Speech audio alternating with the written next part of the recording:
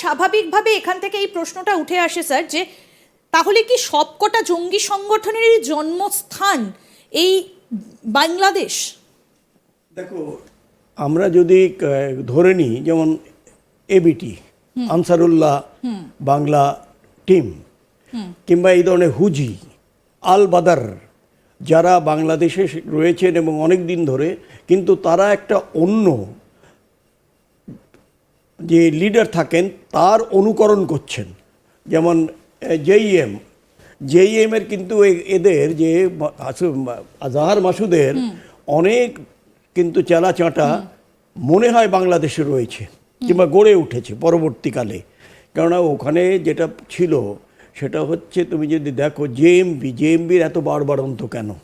They are a part of this kind of terrorist organisation. এখন সেই বাড়বাড়ন্তটা কেন হয়েছে? যে তাদের দিকে যে রিকোয়ার্ড অ্যাটেনশনটা দেওয়া দরকার ছিল কিন্তু বাংলাদেশ দেয়নি। কারণটা হচ্ছে যে হয়তো হতে পারে যে JMB over a period of time is becoming a very strong power, এবং সেই জায়গাটায় যারা পলিটিক্সে থাকেন তারা কিন্তু কোনোভাবেই সেই জায়গাটাকে নাড়া দিতে চান না। কেননা তারা যদি are this kind of people are always opportunist, যারা ইয়েতে রয়েছেন সেই অপরচুনিস্ট পিপলরা, তারা যারা শাসনে আছে, those who are in the power, they try to remain the close to the seat of power. এখন সেই জায়গাতে আজকে যেগুলো হচ্ছে, এই যে আমি জানি না তোমার আলোচনায় আসবে কিনা, এই যে আমাদের দুজন ধরা পড়লো যারা ওই মুর্শিদাবাদ থেকে হরিহরপাড়া, মুর্শিদাবাদ, এই জায়গাটা স্লিপার সেলের সদস্য। হ্যাঁ, স্লিপার সেলের সদস্য। এই আমরা একটা জিনিস সবসময়ই করি, ওরা কিন্তু স্লিপার সেলের সঙ্গে মানে ছিল, কিন্তু ওরা ঘুমোচ্ছিল না। এই যে দুজনকে ধরা হলো, এখন যারাই আসছে they have got to object, যারা বাংলাদেশ থেকে। One, to carry out some kind of sabotage activities. Two, যে মানুষকে ইনডক্ট্রিনেট করা, এবং যে ওদের যে আইডিয়ালিজম, ওরা যে ইয়েটা করছে, যে উগ্রবাদটা, মৌল উগ্রবাদ, মৌলবাদী, সেইটাকে আরও বেশি মানুষের সামনে এনে তাদেরকে ওই পথে চালনা করার জন্যে। আজকে অনেক মাদ্রাসা আছে যেগুলো রেজিস্টার্ড নয়, সেই মাদ্রাসাগুলোকে আমার মনে হয় যে সরকারের তরফ থেকে রিভিউ করা দরকার, যে what kind of education being imparted to those people.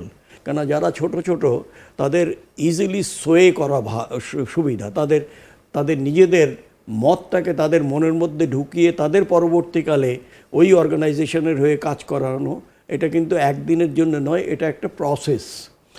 আজকে সেই জায়গাটায় আমরা কিন্তু কোনোভাবেই, আমি জানি না এখনো পর্যন্ত আমাদের ডোমেনে আসেনি যে এই যে কতগুলো, আমি যদি বলি যে কত আনরেজিস্টার্ড মাদ্রাসা রয়েছে, কেউ জবাব দিতে পারবে না। কিন্তু বাংলাদেশ এইভাবে যত্নে লালন পালন করেছে এই জঙ্গি সংগঠনগুলোকে, তারা কখনো উচ্ছেদ অভিযানে কেন যায়? লালন পালন করেনি, তাদের বাধাও দেয়নি, অ্যাপারেন্টলি তাদের বাধাও দেয়নি। মুজাহিদিনের কথা তো আমরা মাঝে মধ্যেই শুনি যে বাংলাদেশ থেকে। মুজাহিদিন কারা?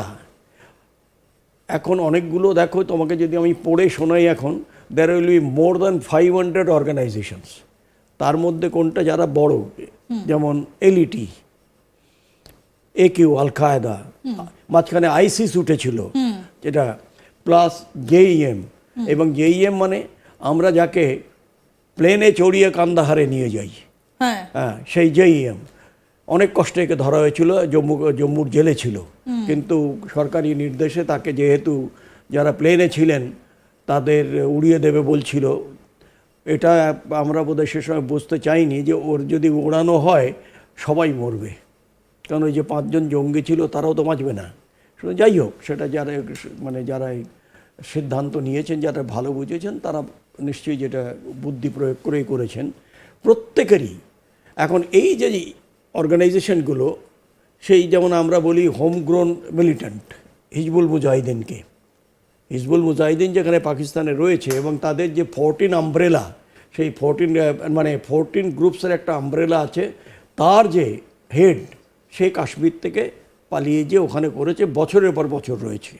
শাহাবুদ্দিন নাম অর সামথিং, আমি জাস্ট রিকালেক্টিং।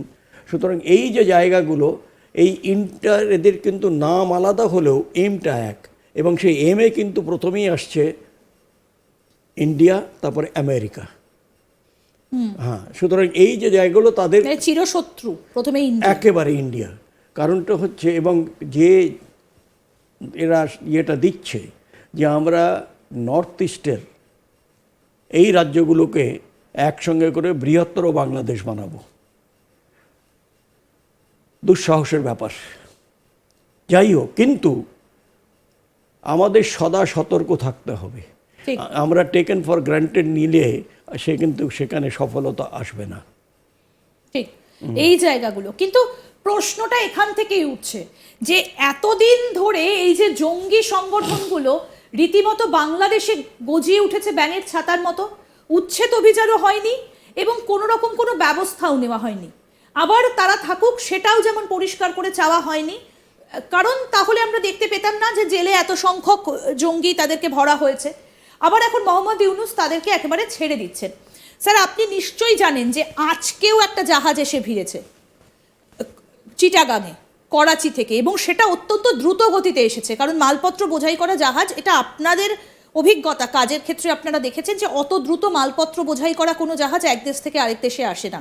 9 দিনে 11 তারিখ শুরু করেছিল করাচি থেকে, আজকে 20 তারিখ পৌঁছেছে চিটাগাঙে। 9 দিনে পাকিস্তান থেকে অত্যন্ত সুকৌশলে, আমি প্রোডাকশন টিমকে বলবো যদি ছবিটা সম্ভব হয় একবার একটু চালানোর জন্য, আরব সাগর হয়ে ভারতের একেবারে দূর থেকে, মানে ইন্টেনশনালি ভারতের থেকে দূরত্ব রাখা হয়েছে, এবং ভারত আর শ্রীলঙ্কার মাঝে যে প্রণালীটা সেটাকে এড়িয়ে গিয়ে শ্রীলঙ্কার পেছন দিয়ে ভারত মহাসাগর দিয়ে আন্তর্জাতিক জলসীমানা দিয়ে চিটাগাঙে গিয়ে পৌঁছেছে। এই যে দেখুন, এই জাহাজটা এসেছে ইউয়ান জিয়াং ফা ঝান, বাংলাদেশের চট্টগ্রামে, এটা আজকে আবার এসে ভিড়েছে। দেখুন কন্টেনারগুলো দেখলে হয়তো আপনি বুঝতে পারবেন যে কন্টেনারগুলো কি ধরনের, কারণ আপনারা বিভিন্ন সময় এরকম জাহাজ দেখেছেন, আপনাদের অভিজ্ঞতায় আছে, আপনারা চোখের সামনে দেখেছেন কি লোড করা আছে। কারণ এই যে জাহাজটা অত্যন্ত দ্রুত গতিতে এসেছে, অত্যন্ত তাড়াহুড়োয়। তাহলে কি এর মধ্যে আমাদেরকে ভাবতে হবে যে আবারও সেই রকমভাবে অস্ত্রশস্ত্র কিছু আসছে পাকিস্তান থেকে?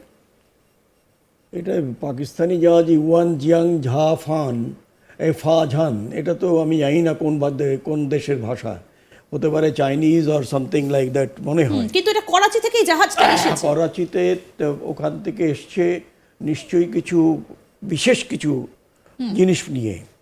এখন সেখানে হাতিয়ার হতে পারে, কেননা এখন ওদের যদি ট্রেনিং দেওয়ার দরকার পড়ে, যেটা বলেছে ঘরে ঘরে বন্দুক আমরা আনবো, আমরা লড়াইয়ের জন্য প্রস্তুত হব, শুনুন সেইটা যদি হয় তাহলে অ্যাডিশনাল ওয়েপন রিকোয়ারমেন্ট একটা থাকবে, বিভিন্ন ধরনের ওয়েপন, নট নেসেসারিলি তোমার খালি rifle or the LMG or the MMG or the mortar, তারও বাইরে কিছু হতে পারে,